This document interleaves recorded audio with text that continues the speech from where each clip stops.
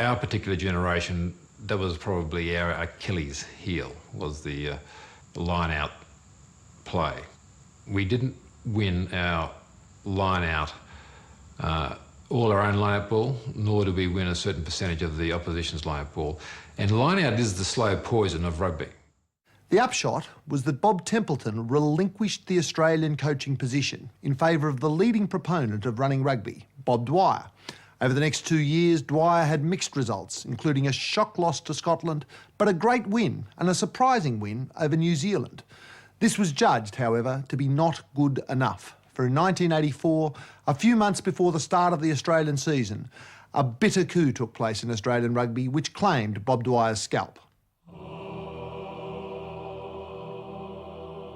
At the time, it was thought the Wallabies' failure to get a single win against France in late '83 caused Dwyer's demise. But the origins of the coup lay much earlier, when Alan Jones, former teacher, former speechwriter to Malcolm Fraser, and incumbent coach of Manly, approached his great friend and rugby power broker, Ross Turnbull, for help in getting the job. So it's pretty simple, mate. If Manly beat Randwick, I will support you as the Australian coach. The finalists in the Sydney club competition that year were on one side Randwick, the mighty Galloping Greens, premiers 5 times in succession and the club where Bob Dwyer had made his name, with the 3 Ella brothers mixing their magic to great effect. Against them were Manly, who had not won a premiership for the previous 3 decades, but this year had been taken over by Alan Jones. In the final, with Manly narrowly in front and the final bell already gone, a single kick decided everything. Manly had a good scrum, they wheeled the ball, came out to me, I had a shot. The bell's gone. Mark Ella.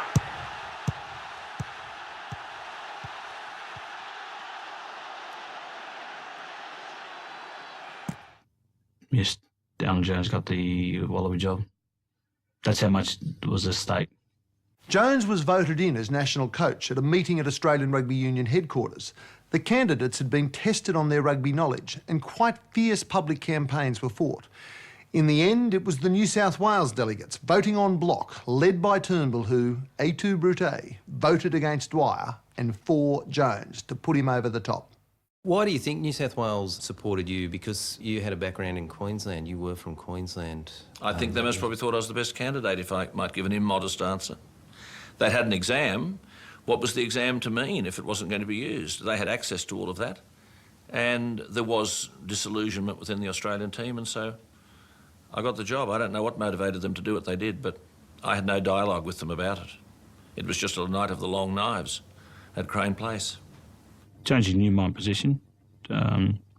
We may have spoken, I don't know if he made phone calls, but he knew that I was supportive of Bob. If I would have kicked the field goal, Bob Dwyer would have been still Australian coach. Right from the beginning, Jones instituted his new philosophies. His idea was, no, we don't pick the players and then work out the tactics. He said, I will work out the tactics together with my information on the opposition, and then you give me the players that can deliver that program. So Stephen Cutler was the first person I picked for Australia, and I told him the day after I became coach, and I knew this was unprecedented, but I thought, oh, well, bugger this. I mean, you know, they must be waiting for me to fail, and I'm going to do it my way. So I went to the Ku-ring-gai College of Advanced Education. I didn't know Cutler, but he was told he would never play for Australia again. And I said, look, you know, I'm Alan Jones. How do you do, Mr. Jones? He said. And I said, my bank manager calls me Mr. Jones. My name's Alan. I said, listen, how fit are you? How are you going? Well, I said, you'll be the first player picked because I have a reason why, but you better get yourself fit. And I told him there and then. And so it went on, and I put this team together which would dominate at the line-out because that would give us ball, and we'd force people to kick. Under Bob Dwyer, Mark Ella had been made captain of the Wallabies at the age of just 23. He led by example, playing, inspiring and organising running rugby as it had never been played before. At Concord Oval, after the annual New South Wales versus Queensland fixture, the national team was to be announced. Jones presented his team to the other selectors, John Bain and Bob Templeton. And they said, well, you fought the battle to get here. You're entitled to your team. They were wonderful. And that was it. The team, exactly as I wanted it, they gave it. And I said, look, I've got to go, because and I raced out. I got halfway down the steps and said, we haven't got a captain. Hang on, we haven't got a captain. Tempo's shouting back down at me. So I went upstairs and said, a captain? Well, the existing bloke's the captain. And there was a very strong feeling against my other two colleagues about Mark's lack of discipline that the captaincy, they thought, not me, and I'm not getting off the hook here. And I said, well, hang on, you're going to skewer me. I mean, who do you think should be captain? And they named a person, which would have been just, I thought, ridiculous. I said, hang on. On the one hand, you're wanting to knock off the incumbent, then you want to go put a bloke in that no one's ever thought of before. I don't know where. Listen, Mark was captain of New South Wales, Andrew's captain of Queensland. You take the captain you want, I'm happy with that. Jonesy came and got me, said, Mark, you've been dropped as captain. I was disappointed. I said, well, OK, that's fine. Thanks, Al. I was going to go back inside. Jonesy said, no, don't go inside. You know, you're better off staying outside. I said, why? And he said, well, you know, I don't want you to go inside. And I basically said, well, I've got to go inside. And Mark came to me and said, congratulations, and he went off. And it wasn't a sort of normal, hearty, big, smiley congratulations. It was a, you know, pretty perfunctory sort of one. And I just sort of wondered why Mark would say that. I felt that I'd be in the team, and I knew Mark had been in the team, but something just twigged, and that was the first time I thought something's happening here. I knew it was a great prize being captain of Australia, but I didn't imagine any player would ever think it was his property. And knowing Mark as I did, I knew him very well, and I'd spent a lot of time with Mark and helped him a lot as captain and so on, and I didn't think there would be the reaction that there was, but I can now understand that I might have been a bit inexperienced in that. I wasn't devastated. I was disappointed. And you're disappointed when you get dropped or you don't get things you want. Maybe I was a spoiled brat. I was disappointed, but I wasn't devastated. I got over it pretty quickly.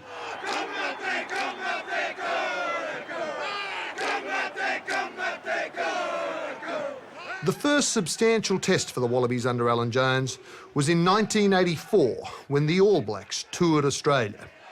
It all came down to a deciding third test at the Sydney Cricket Ground, where the Wallabies missed their chance. Ella, Hawker, still tentative, these Australian backs. They're not running onto the ball. Rope setting up. Now they go. Hawker! We didn't play well in the home series. There were lots of reasons why that didn't happen, but funny enough, I don't blame Jonesy for... I definitely don't blame Jonesy for the way we played, particularly in the third test of that New Zealand series. I think the players on the field made bad options, basically, and we lost the game, not the coach, or his style or philosophy. Good scrum for Australia. Ella, there's a good line here too. The style of game that we played was contrary to what we were told by the coach, and I was basically catching and passing, and my game had finished, and therefore there was no continuity. We were playing too much set pieces. Hawker. Straight across to Green. That was a shocker. Some people took the law into their own hands. Ross Reynolds, for example, was the lock. He decided to play the short side, which just drove me nuts. And I sent down 100 instructions to play the width. And we had a lot of ball, stack of ball, and we kept on taking off the back of the scrum, and I was just insane, and so was Mark. I said a few things to the players on the field. And I basically told Jonesy that, you know, when we go to Europe, that we can't win playing like this. Basically, I wanted first say in what move was called, and Jonesy agreed with that. Mark Ella was just a genius. I mean, he's Tiger Woods, basically, of rugby.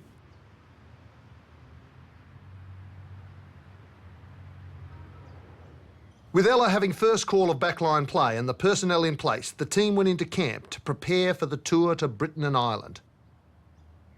From a training perspective, we knew from the 10 days or whatever we'd spent at Camperdown and Sydney Uni leading into the tour that this wasn't going to be a breeze in terms of training, and come hella high water, rain, snow, sleet, wind, hail, we were going to be working hard every day, and occasionally mornings and afternoon trainings and meetings at night and the rest of it, which is probably a bit of a change from previous tours.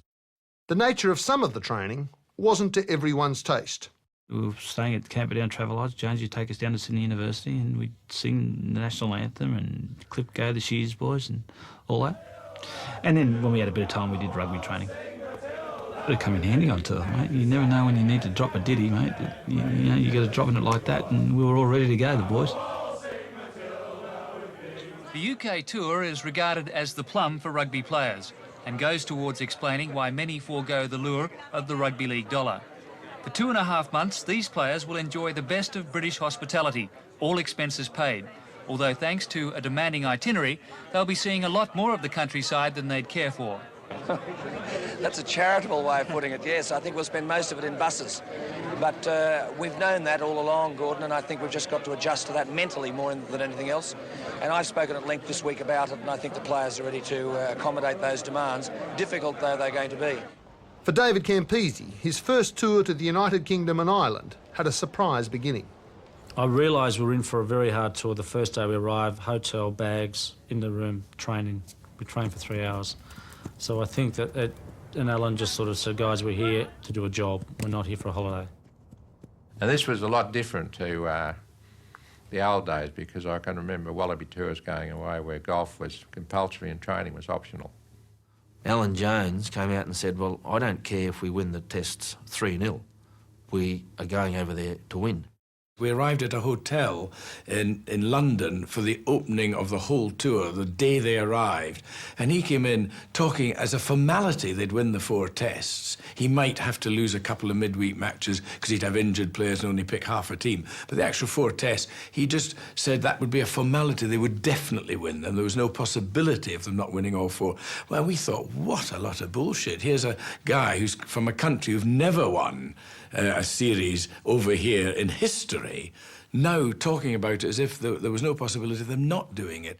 I think that we knew some of the names, and I think we were aware that there was a kind of a burgeoning generation of Aussie players that were coming up, and we heard the names of Campese, Cutler, but only in dispatches. Other names like Farr-Jones we hadn't heard at all. I think the perception was far less anxious about them, though, than anxious about the state of our own rugby in Britain, really, which was at a low ebb. So I think that the rise of Australia had started, but I mean, no one was going to lay down and die just because an Australian team landed at the airport. And sure enough, the opposition didn't lie down in front of the Australians. The Wallabies' opening form of the tour was very patchy, including suffering a rousing forward-dominated win by Wales super club Cardiff, led by Gareth Davis, the exiled Wales fly half. In my own mind, while I always felt I had 2 test sides, you are a bit apprehensive, and equally I was determined, because it hadn't happened before, that everyone would play every week. So I had to give people a go. And some of us didn't play too well at Cardiff, and we lost. So that was good for us and good for them, and that second side never looked back. In Jones's view, the series lost to New Zealand a few months before could be attributed to the lack of a specialist goal kicker. He was determined that this would not be the case in Britain. And it wasn't a question of who, it was a question of where to play him. It became more and more obvious that number 12 was going to be a spot that I could actually challenge for. Michael Hawker had been playing there for a number of years and playing very, very well. The bow that I had was that I could kick goals. Michael Hawker was magnificent, and he just said to me when I told him he was out, he said, he said, I think you've picked the best team. And he shook my hand. Superb human being. There were other selection headaches and controversies. The first string lineup would play the test matches. The midweek and provincial matches would be played by the self-styled Green Machine, captained by Michael Hawker. Many were surprised then when incumbent test players like Philip Cox, Ross Reynolds and especially Chris Roach were dropped for the first test against England. I dropped 2 of my Manly players on form because I thought the young ones were better, Tyneman and Farr-Jones. So they played their first test against England. And I dropped Chris Roach, who was the vice-captain of the side, because I wanted height in the forwards. Chris Roach, he was a little bit more upset. Yeah, he was, yeah. I sent him out to Wimbledon and to have a look at Wimbledon, and of course the Kipling piece is written above the centre court, if you can meet with triumph and disaster and treat these 2 impostors just the same. And he came back and I said, did you see that? Yes, he said. Because he was always, not sullen, but introspective. And he just looked at me and he said, what if you can't? Well, I said, I'm not too sure. I said, you've just got to sort of get on with it. This was the first time where we knew a lot about the opposition. In the past, you looked at yourselves, and then the day before the game you might talk about some players you knew. But Alan had people on the ground looking at who was the tight head prop, the first provincial team we were playing. We knew about that 2 weeks before we left Sydney. Whereas England went out that day thinking, right, it's the Aussies. We always beat the Aussies, so we'll beat the Aussies again.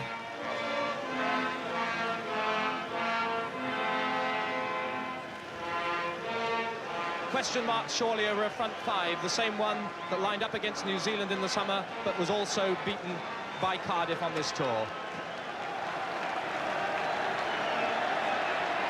And you can see the tension, I think, on the faces. If you were to ask me, were England taking Australia seriously? Yes, I think they were, because it was an international game. Whether they were taking them as seriously as France or Wales or Scotland, maybe not. When the Poms pull on that jersey, I think they play with a lot of pride, but in this particular case, there wasn't too much preparation. And once you get out there, it's too late.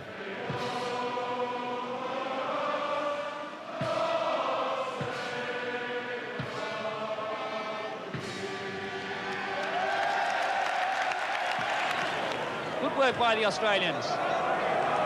Campese coming through on Stringer. Markula, drop goal. And he's missed on the road. England back row certainly on top at the moment. Liner, field goal attempt. That's not a bad kick, but it goes out to the left. This is better. Well, it was a funny game in that '84, you know, because I was loosehead against McIntyre, but then we had an injury. Steve Mills. The England hooker is off. Steve Brain, who then went on to win many caps, was our replacement hooker, was right up in the top of the stand, not where he could get straight on like nowadays. So the time he's come down, we had 3 scrums. And 3 scrums, I moved to hooker. So I actually played loosehead against McIntyre, and I also then played hooker against Lawton, which was not a good experience for me. This is the replacement hooker, Steve Brain, for England.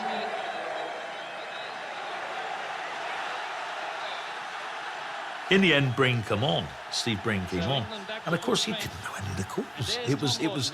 We had to. We were having trouble anyway with lineouts, but we had to sort of. It's going to the middle. It's going to the front. You know, back. It was this sort of shambolic approach, and it's a joke. This to level the scores. It's Liner. Michael Hawker sitting alongside of me. I felt that we'd won it territorially, and we'd had too many shots at field goal, you know, frigging around with trying to... And when you see that, you know, they think that they can't score, so they're desperate to get the points up. I said, hang on, just settle down. Just, you know, take your time. It'll happen. Just take your time. Stop telling the opposition that you're so desperate and your backs are so hopeless that you've got to kick the ball away. Use the damn thing. And after half-time, 1 or 2 things went right, things we'd been working on. They clicked, Mark scored, and we got that magic thing, momentum, in the second half. And if you can bottle momentum, you're going to be the world's most successful rugby player. Mark Ella, Liner to Ella. Mark Ella! Mark Ella! Oh, what a great try to us! He's got to pass the ball to Roger Gill, the fullback. Michael Lyon had run an angle in and a gap open, and you know, just drifted through it and underneath the post. If you could be above a bird's eye view of England, we were so deep, you know, and all of a sudden Ella came across playing on the gain line. And hey, what's this gain line thing? You know, and Ella was just comfortable with the ball in his hands. Now they have it, Australia. Ella, Liner, Gould, Matthew Burke, Gould, Liner, try! You've just dominated possession, and when you've got the likes of Farr-Jones, Ella, you know, and you're winning a lot of ball, it's only a matter of time before you reap the benefit. Australia, look at the overlap. Ella, oh, what magnificent hands! If I couldn't have picked that ball up, then I probably shouldn't have been on the field in the first place. I'm supposed to be an elite athlete, so to me it was nothing special. Ella, oh, what magnificent hands! Campese! David Campese! Underwood chasing! Poitevin! Try! The referee has awarded a try!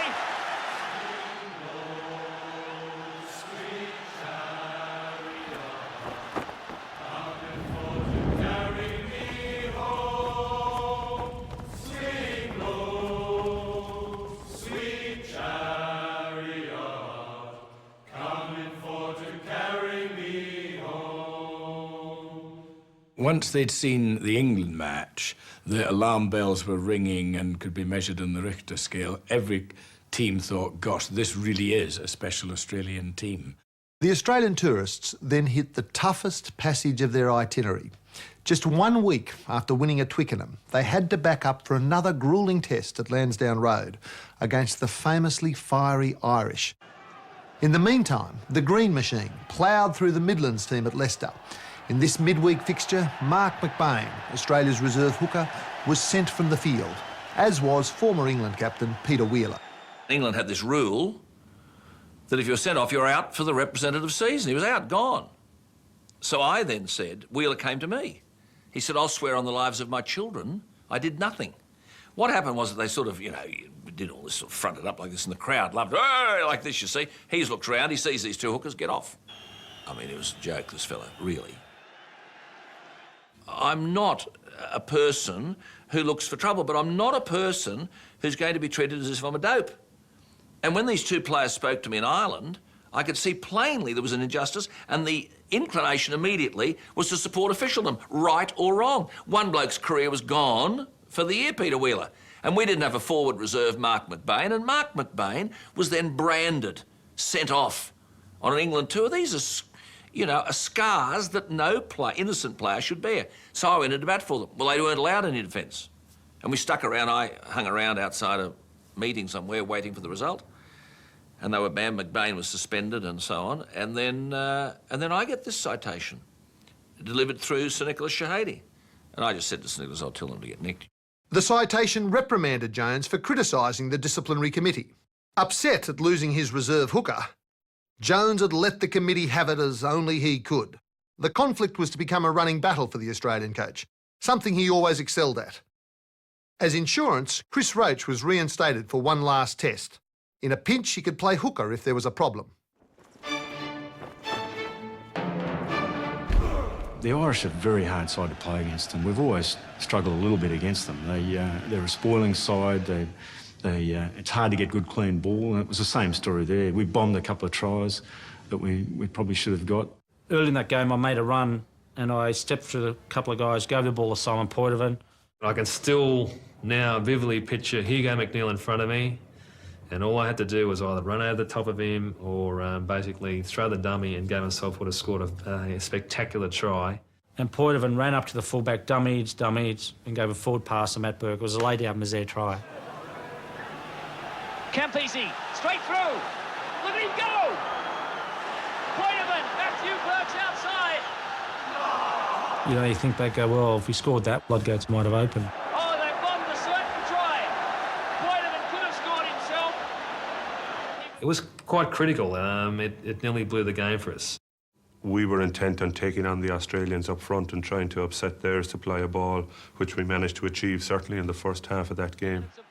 Lineouts are different now to what they were then. There was no lifting in those days. So, I mean, the level of physical confrontation was huge. Steve Cutler was 6'7", 6'8". He had dominated lineouts for 2 seasons in the Southern Hemisphere and had done extremely well in the Test series. But I remember we had a system where we used 2 jumpers on Cutler and frustrated a lot of the Australian ploys early on in the game, which was a huge lift to us, as I say, because this was an area of the game that they were expected to dominate. The match was extremely frustrating for the Australians, and by half-time there was no sense that either team was dominating. Lansdowne Road is a strange place for visiting teams to play because it's an old stadium and people are very much in on top of the teams, and it does get to touring sides because they're not used to it, if you like. And the fact that we were still in that game right up into the middle of the second half just meant that I think the younger guys, the fellas who come into the side, really, they played above themselves that day. Keenan now to give Ireland the lead.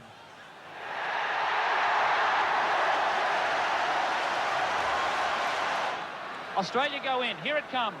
Farr-Jones. Slack. Overlap. Wild pass. Campese. Tyneman. Gallant stuff from the Australians. Ella.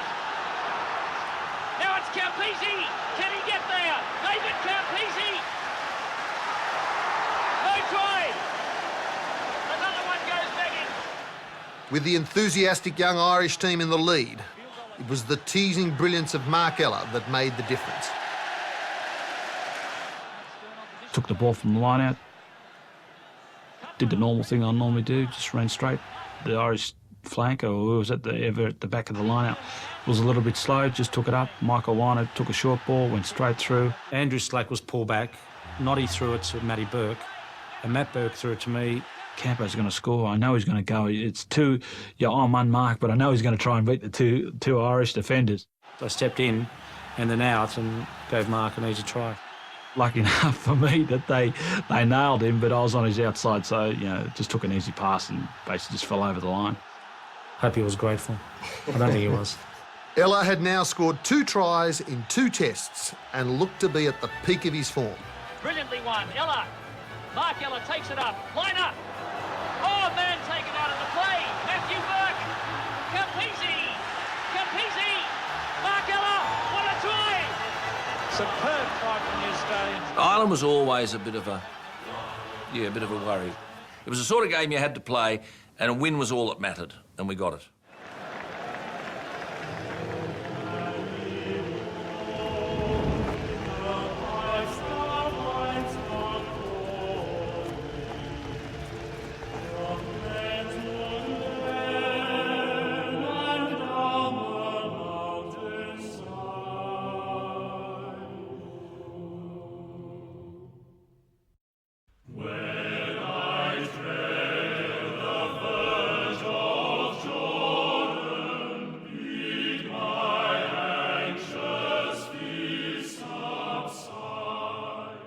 Every rugby team that tours the United Kingdom faces a mantra from fans of Welsh rugby.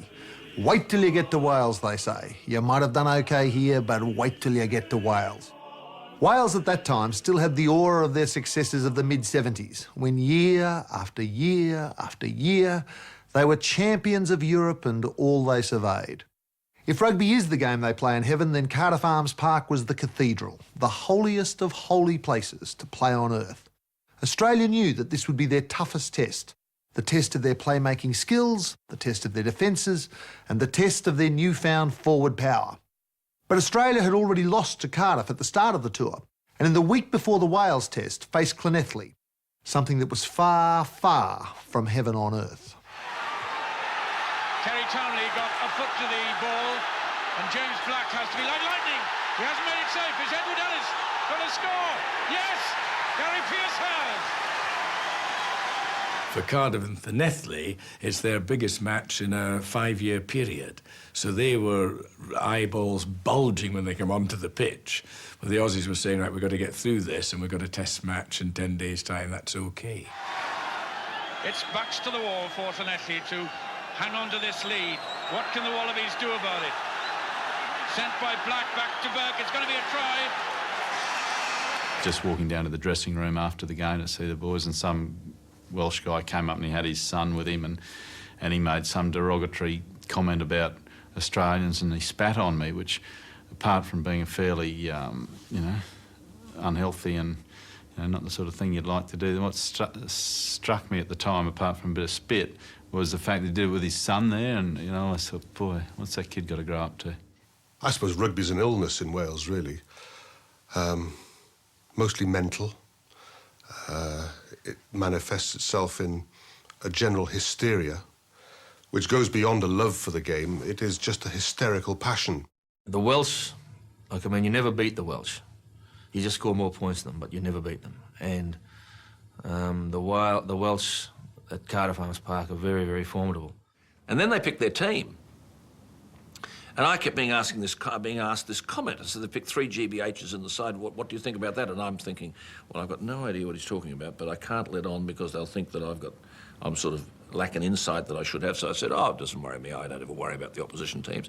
They said, but 3 GBHs, do you think that should be done in a row? Oh, well, Wales have a proud history and a proud tradition. And it's kept going, and I thought, Christ, I can't really sort of answer too many more of these questions without demonstrating my utter ignorance. But I got through it. And afterwards, I turned to some bloke who I trusted there that I knew, and I said, what's this GBH? And he said, it's grievous bodily harm. He said, grievous bodily harm. He said, there's 3 people in the team that are in charge with grievous bodily harm. I thought, Christ, they're bringing everything. So here they were, picked in the side. See, I thought, my God, this is what we're up for. So, yeah, I mean, there was this feeling that this is the acid test.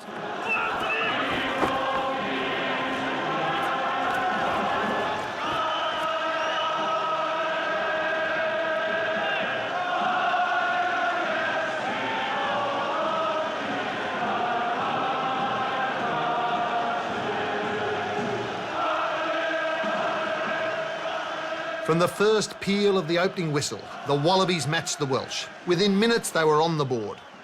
The Tom Lawton try was a rehearsed move that we'd done at training. I'd received the ball. Jones used to say, just throw it over your shoulder, and the forwards had to be there.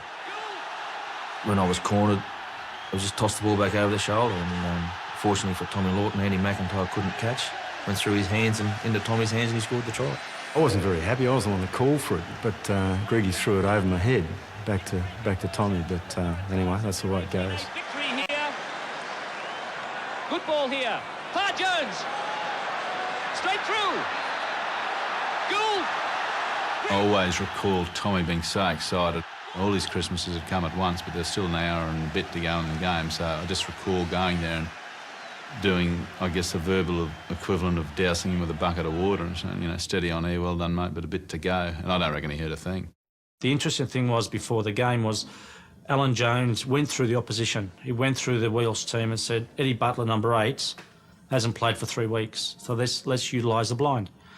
So Alan was very good at picking the opposition apart to see where their strengths and weaknesses were, and we did that. We had a move that where Nick and Campo went down to the left-hand side of the scrum, and I was playing in the centre with Slacky, and we were over the other side of the scrum, and, you know, watching it quite nicely, and I thought, oh, you know, I might just trot up the middle here and see what happens. And of course the ball came back to Simon, from David Campese to Simon Poitevin. Automatic, bang. People go, Poitevin threw that pass, you're kidding. My trot up the middle of the field just to see what was going on was rewarded with a try under the post at Cardiff Arms. Farr-Jones, overlap. Campese. One man in front, Wyatt. Campese. Poitevin. Liner. Try. Tucked into the crook of his elbow. He got the ball on the wrong side of his arm, people might note. He still does very well to get away. Poitevin. And Liner, there was no stopping him from there, Pickering across in cover. But what a moment for young Michael Liner. The Welsh had said, well, our team, we've got a fabulous pack, we are great scrummagers, and we will push Australia all over Cardiff. Don't run away from the strength. Knock off their strength as early as you can in the test, and the rest will be easy. And that's when I said to them, the scrum is critical here, because this is where they think they've got us. And in the first scrum of theirs, just take an inch. And you'll get it, and they'll sort of shuffle a bit. Take 2. When you start taking 6 inches, you'll hear them arguing amongst one another in the back row, and we've got it. That's when the test's won. It'll happen there and then. We buckled.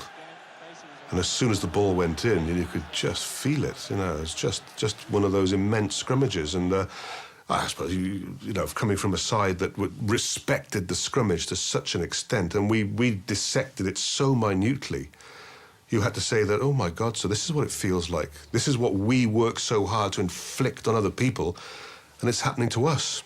Blimey, no wonder we do it.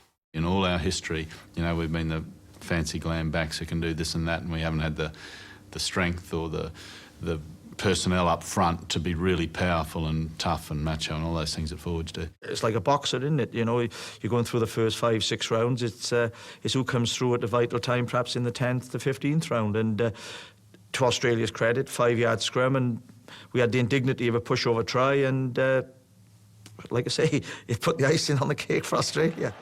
Can Wales hold on? Now they go for the pushover.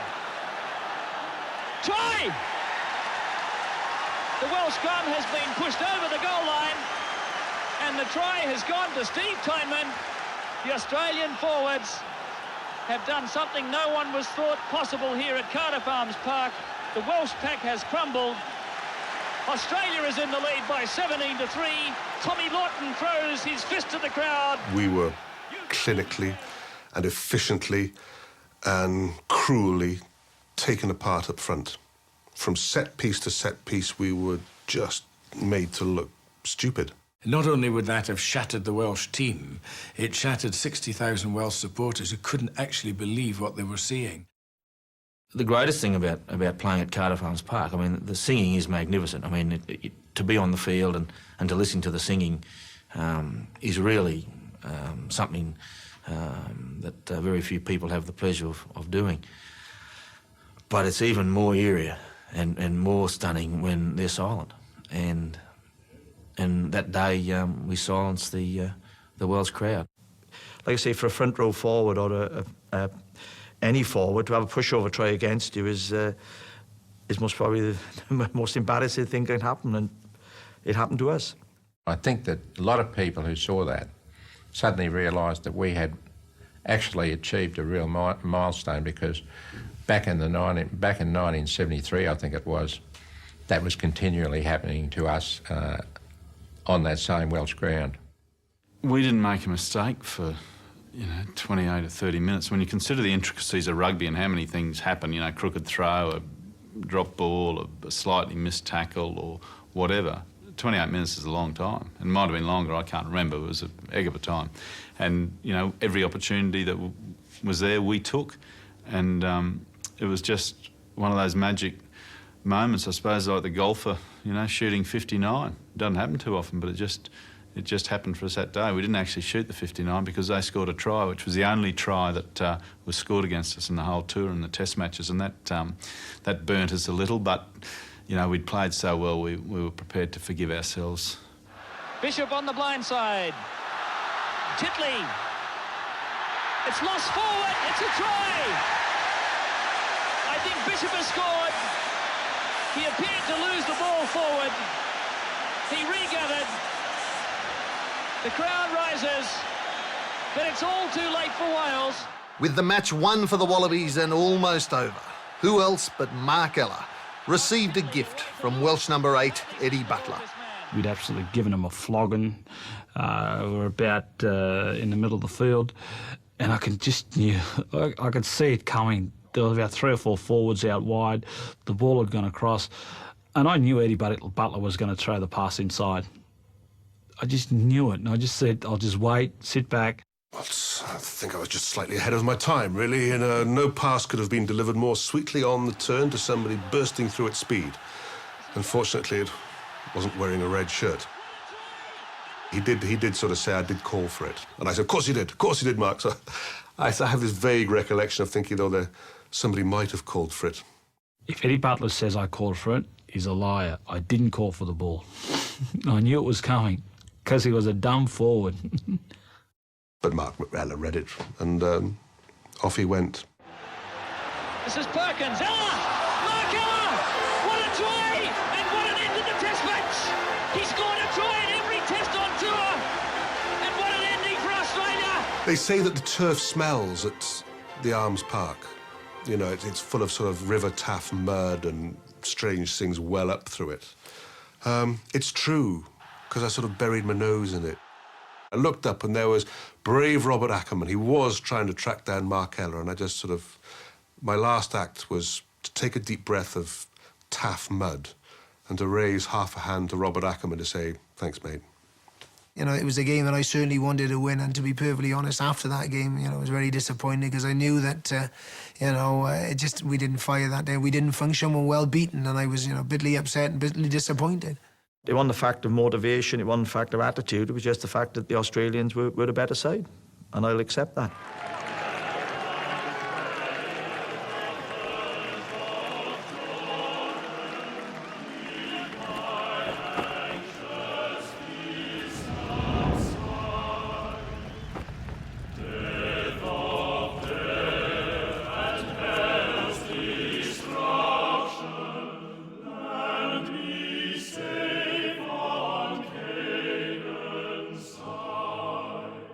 Chris Roach, who had been there in 81 and suffered defeat at the hands of the Welsh, got up and really sort of took over the happy hour and said, look, I was here 4 years ago and it's been burning me ever since, and all I want to do is leave this room and go out to the Welsh public and say, yeah, what have I been waiting for? The brawl between Alan Jones and the home unions, which had begun in Ireland, erupted again in Wales to take some of the lustre off the Wallaby victory. On the day of the Welsh Test, Jones was again cited for his comments about Mark McBain's suspension for the Ireland Test. Again, in classic imperious fashion, he ignored them. So then we came out of the press conference after the Welsh Test, and they were all following me. I thought, what's all this about? I've just said my bit. And they said, have you got any comment on this statement? What statement? Or they've made a statement. I said, I just repeated what I'd said in Ireland about intransigence and indifference, and that became the headline in the paper. I mean, it was just so stupid and juvenile and petty. The Wallabies were on the verge of rugby history. The Grand Slam was as prized as it was elusive. Only 4 mighty South African teams and 1 from New Zealand had ever done it, and no Australian team yet. But it was not going to be easy. The Scotland team that stood in the Australians' path was the reigning champion of Europe, the toast of the Five Nations. Victory for them over the Australians could boost their claim to world champion standing. And the scrutiny of the tourists from home was as never before. The Wallabies knew that the game would be watched throughout Australia. Their families and friends, old fans and new converts, guys they played with and against over the years, mum's friend, Mrs. Kafups from up the road, all their old coaches. They'd all sent letters and messages to say they'd be watching, that they'd be waiting up in the wee hours across the country to see them succeed or to see them fail. For as all the Wallabies were acutely conscious, in their recent history, the Australians had let an opportunity slip past when they lost the final test against the All Blacks earlier that year. But if they were going to fail, it would not be for lack of vigour in their preparations, which were as tense as they were intense. We had a good Barney one day, and a good public Barney in front of the team, which I'm not proud of. I sort of behaved poorly. Nick was always a bit hot under the collar, and we were training. We got there very late, and there was certain work we had to get done. I always knew what I wanted done, and I didn't let anything else interfere with that. There's Nick sort of muttering under his breath, oh, this is bloody ridiculous. This is worse than that. This is ridiculous. I think you've got to pick your words with Alan. I picked them poorly when I basically said, look, I'm not going to be a part of the extra training. And I said, well, if you think it's ridiculous, go. Go on, go. Jonesy wasn't going to step back. Farr-Jones wasn't going to step back, so we had to throw a white flag up, separate them and, get pistols at dawn. And that night he put a little note under the door and said, sorry about all that. I mean, that, it ends when it goes. But, yeah, there was a bit of that sort of stuff. It was one of those events, and I'm sure the boys had a lot of amusement out of it. On the eve of the last hurdle between the Wallabies and everlasting glory, Jones made his assessment of the Scottish opposition. Scotland have picked a scrummaging side. He said, so they've effectively conceded the line out. And that was big, he said, but they are going to take us on in the scrum. We have the best scrum in the world at the moment. He said, they're not going to beat our scrum. He said they've also picked 3 very, very, very quick back rows. And he said they're obviously going to try and beat us at the breakdown. He said, unfortunately, we have 7 back rows in our back line. So he said, it's a little bit hard for them to beat us. He said, I can't see where they're going to beat us. And to me, and I can't speak for anyone else, but to me, I'd known we'd won the test there and then.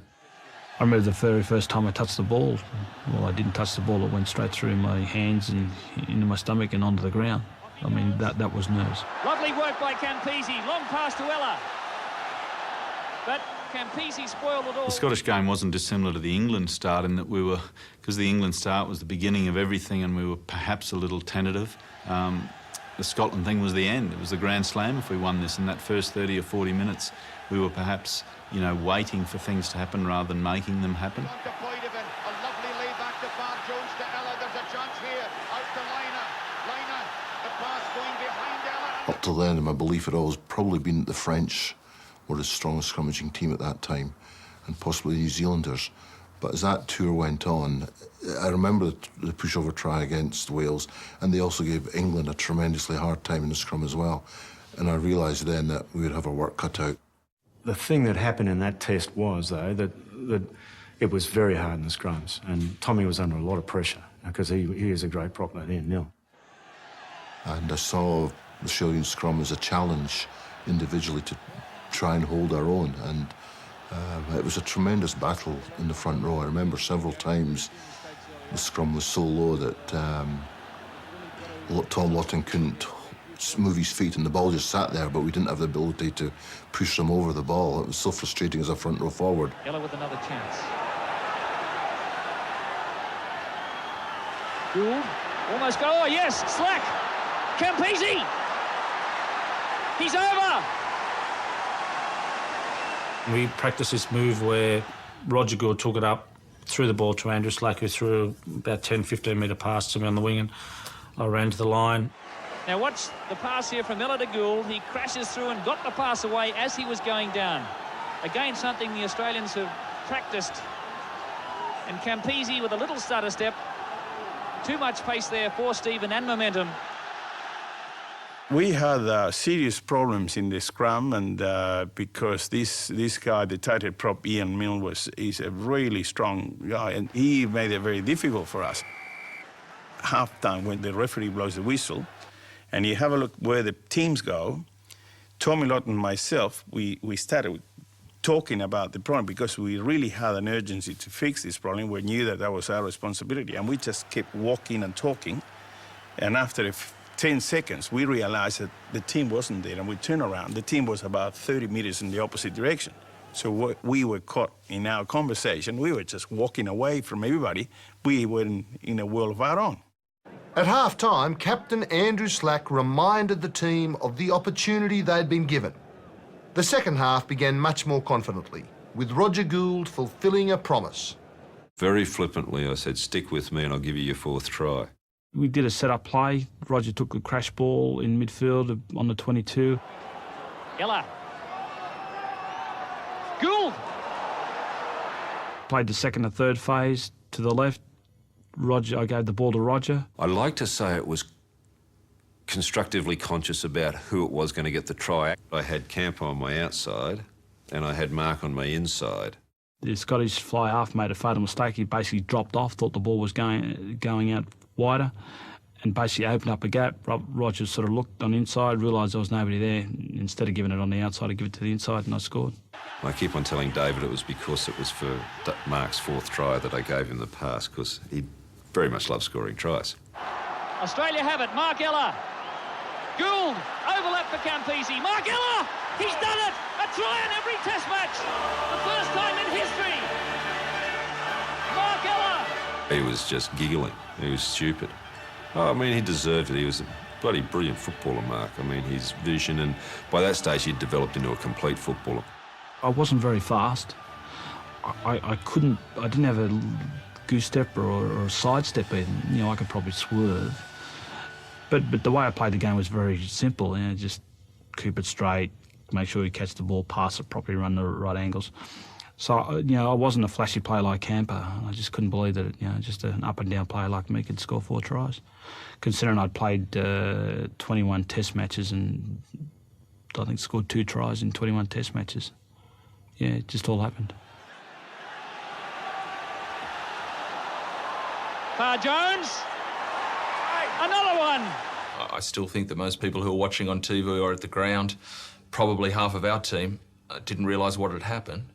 Short line out, 3-man line out. The ball was positioned to go back. I went back with the Australian player. Tommy Lawton and I probably only did it 15, 20 times in training. It was just a simple move and it paid off. The ball was thrown short into the 5-metre line. Nick Farr-Jones took the ball and sprinted probably 15 metres to score that try. And I have to say it made me feel very, very silly indeed. Here you see it head on the replay. Great little toss in there by Tommy Lawton. And Nick Farr-Jones does very well here. He steps outside the prop. I've learned from that and I've actually used it. We have actually used it at international level and certainly at club level since. They say about Peter Stephen, he couldn't tackle a ham sandwich. That comment came from a former Scottish international. Late towards the second half, where it was funny, we kicked the ball away. I think I actually kicked it, and they counter-attacked. And I chased down, and I forget who was on my inside, but I thought we had it covered. And the fellow Robinson, I think, stepped inside me quite easily. It's very hard for a big ship to turn on sloppy ground. Tony Shaw, back in Queensland days, said, you know, if you stuff it up, you have to fix it up. Again, you know, reaction. So I turned and chased, and I didn't. I mean, I turned and chased him to try and catch him. He shifted the ball. I just kept running, and then all of a sudden, I think Ian Mill threw a pass to someone, and I just ran in between it, going in the wrong direction at a million mile an hour. Peter Grigg was coming back onside, intercepted the ball.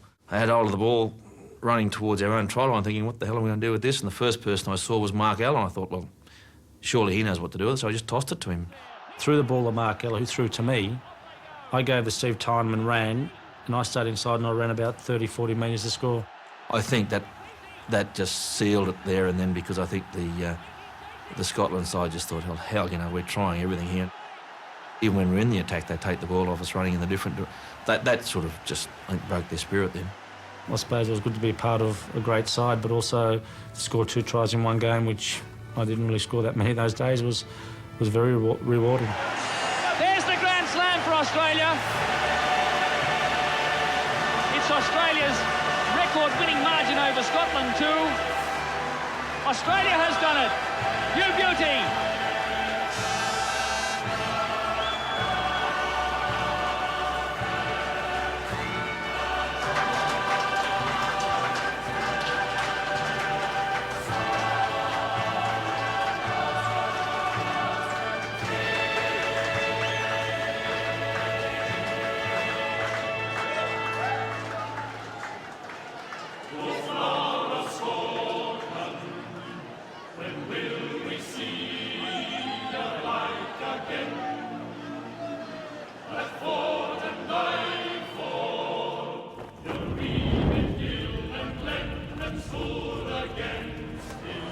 Andy Slack, congratulations.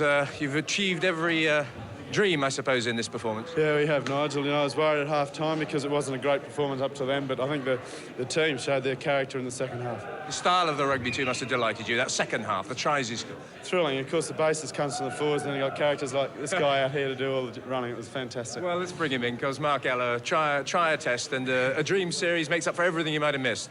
Yeah, well, that's right. Made up a little bit from 1981-82, where we, only won 1 out of 4, and this time around, the Grand Slam is something that we never thought we could do, but we're really happy we've done it. We're not going to lose you to rugby either. I know you're dying to get off to the celebrations, but you're staying in rugby, Mark? I really won't know, Nigel, until I get home in March. I'll make up my mind then. Satisfaction's a hard thing to quantify or describe, and we were just, we were pleased with what we've done, and we went back to the hotel, and I think by that time, we thought more about it, so a couple of hours later we're all together, and we said a few things that night. It was quite emotional, and that was extremely gratifying, and everybody said their bit, and it was a lovely time. When Slacky started to speak as captain, and Alan Jones didn't want him to speak for some reason, but he started to speak, and he started to sort of get a bit emotional, and our tough man, Enrique Rodriguez, started the waterworks. What did they tell you? That was the first one to cry? Everyone went with him. So it was... If someone had walked into the room, they would have thought, what's going on here? There was just... it was just amazing. This was like everything, the world has gone upside down. The guys that never said a word, all of a sudden they're talking out of their ears. The guys that were always commanding the room, they were all mute, and I think I was one of the first to start crying without knowing why, but I guess that the realization that we finished the job that we set to achieve, and then was like almost like, thank God we did it. Not an empty feeling. It's actually a satisfaction, a great satisfaction, because you achieve what you want to achieve.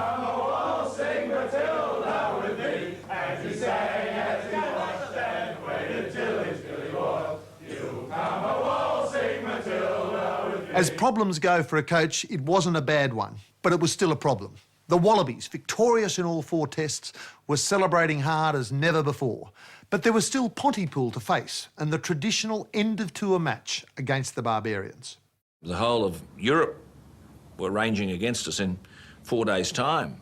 So it was a very difficult week for us, because equally you can't be sort of saying to people, get in bed by 11 o'clock, and I don't, what. I mean, they'd won the ground. They were in the history books, these blokes, and they were out in the town, And there was a balance. I knew they were responsible, but I mean, what's Pontypool against a couple of beers and, a good night? So We got through that. God knows what to this day whether we scored or not. Guys were pretty sick because we'd not many teams had won the Grand Slam before, so that week wasn't a good week. But sort of get out there and train, and I think Alan said about one of his players, if you actually breathe on somebody, you could knock them dead or be put in jail. I'd celebrated after the Scottish test, and it was probably in no fit state to play, and in fact pleaded with Jones before the game to pick, I think, Tim Lane to play 5'8" because I couldn't run. I wasn't in any shape to play, but I'm glad now he said, you got to get out there and play. It was a very good Barbarian side, and it was a recognition, I think, of how strong Australia were, that the Barbarians, the people who selected the Barbarians, tried to match the strengths of the Australian side. Because I think Serge Blanco was brought in, and Jerome Gallion, who was the French scrum half at the time. The match was treated as a really serious test match. It was almost as though the credibility of the Northern Hemisphere was on the line after what had happened over the previous few weeks. Still, we had fun at training sessions, and Jones, the last training session, said, "Okay, everyone sort of think up a innovative tap kick we have rather than sort of kick for goal, kick for touch. We'll just have innovative tap kicks out there." Well, now let's just keep an eye open here, because the Wallabies have promised that there may be some fun and games going on, and here's a start. Is this the cavalry charge?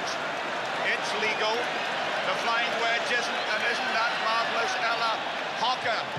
I think we realised pretty quickly after that, these guys meant to win, and it was our reputations at stake, and the last thing we wanted to do was win the Grand Slam and then lose to the Barbarians.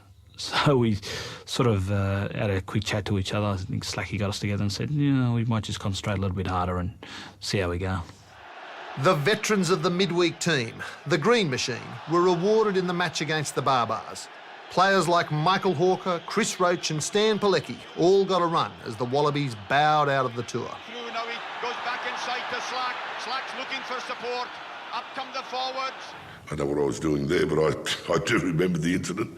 And I think so does Slacky, because he passed me the ball. The very next thing he did was get in behind me to support, because he's saying, what the hell have I done here, giving it to the pole. So I threw the old Hail Mary pass, and Slacky picked it up, and we were fortunate enough to score a try. A good try, if you like, for the field, because a few blokes handled it.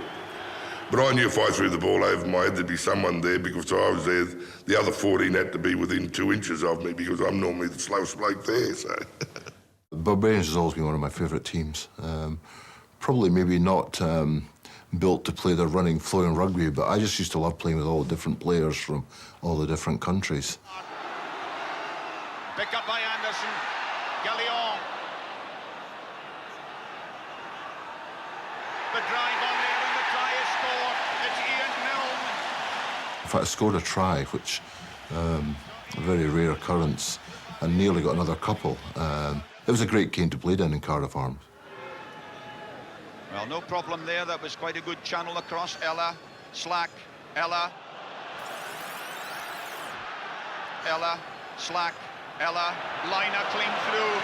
Oh, beautiful. Now, Hawker is outside, but he's given it inside, and Poidevin goes, and Poidevin has scored. We got some wonderful tries that day. Rory Underwood, I remember, scored one particular try in the corner. And Gallion. Davis once more. Mullen. Ackerman. Underwood flying for the corner. Gould set him up, but he's missed him. Underwood in. After the Welsh test, on the steps of the Angel Hotel in Cardiff, it was a stung Robert Ackerman who had accosted a group of Wallabies. We went into the hotel, and it was Alan Jones, Michael Liner and myself, and Rob Ackerman said, "Oh, congratulations." He said, "I don't think your backs were too good today." He just kicked their backsides. And Alan was a bit upset with this. Didn't think your backs were any good. Thanks, Robert, I said. And who should appear as the final defender between David Campese and the Barbars try line? But now the Australian counter-attack through Ella. And it's Campese. Campese is over halfway. He's only got Ackerman to get past him. If he goes for the line, he feeds on, and it's a superb try for Michael Hawker. My line of thinking is all I was trying to do at that time was to stall him. At the end of the day, if he'd wanted to, Campbell could have just he would have burnt me off on the outside. But I was just looking for a bit of cover, and as it happened, I did stall him, and he didn't score that one. I was the player he made a fool of, if anyone needs to remember. I suppose if you want to be a showman, you be a showman. And at the time, that's the only thing I could really think of, and it worked, so.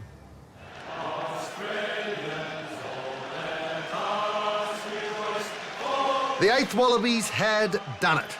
They'd achieved their objective by winning all 4 tests and defeating the Barbarians in a classic display of running rugby. Andrew Slack, the Victoria's captain, retired, but returned in 1986 when the first World Cup was in the offing. Mark Ella, at the grand old age of 25, retired forever from international football. Why did he do it? Well, the media afterwards suggested that Mark left the game because of me, which is just a nonsense argument, but I mean, there were plenty of those stories. I would be giving more consideration to staying on in the game I love if anyone but Alan Jones were national coach. Our philosophies on the game are so vastly different, however, that I can't enjoy playing under his commands. For him, it has to be win-at-all-costs stuff. He's a fanatic for detail, and I can't be tied down to detail. That was my debut into journalism. What a way to go. In retrospect, I probably should have been a little bit more moderate and probably should have written it differently, but at that time I guess the article was ghosted and I, not that the ghostwriter did anything or wrote anything that I didn't agree with. Because he did write an article, I think. Well, someone else wrote it for him, yeah. But it did carry his name, so... Yeah, absolutely. Did that disappoint you at all? Very much so. Did you ever speak to Mark about it? About it, no. Do you think if Bob Dwyer was still coach, you would have played on? It's a good question. Possibly, I may have, but certainly with Jonesy coaching, whilst we had enormous success, I wasn't going to play again. But that's not the reason I retired. I mean, I'd made up my mind prior, and whether Bob would have influenced me to stay or not, it's probably hypothetical now anyway. How did you take retirement? Did you miss the game at all? Did you miss playing football? You joking? I was made for retirement. I'm the world's greatest spectator. Give me a beer and a pie, mate, I'm happy as the person next to me. No, I wouldn't have retired if I thought I was going to miss the game. And I didn't miss the game. I still don't miss the game. I was happy with the decision I've made. I've moved on. I got into journalism, did other things, went skiing, all the things you couldn't do when you're playing. No, I'm really good. I was really good when I retired. There were, of course, still new heights for the Wallabies to scale. Australia hadn't won the Bledisloe in New Zealand for decades, and the inaugural World Cup of 1987 was just peeking over the horizon. But in the then and there, the Grand Slam stood as a great victory in its own right, and there was also a growing sense that it would be a key stepping stone in the Wallabies' long campaign to be acknowledged as the world's best team. Most importantly, it broke a kind of hoodoo for Australian teams travelling to Europe, something that would be important for the 1991 World Champion Wallabies.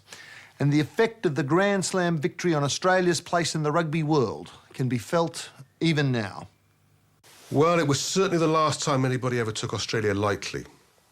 Ever since '84 happened, nobody has ever dared say, we'll beat Australia as long as we play well. They were a side that is remembered very fondly here, both particularly for the quality of their rugby. I mean, if you talk to people who know their rugby in the 4 home countries and you mention Australia, then they will always refer to that '84 Australian side. I think in terms of defining moments for Australian rugby, that pushover scrum at Cardiff Arms in 1984 will be a contender to be number 1, because it did say that we weren't a limited team. We've always had the backs, and we needed this strength up front, and never had we showed it for any long period of time. We'd been doing it on that tour, and the way you really nail that was to push over a Welsh 8 at Cardiff Arms, and they did that. And I think people then realised Australian rugby was here for keeps. This time, those many years later, certainly I think at this stage wouldn't surprise me altogether.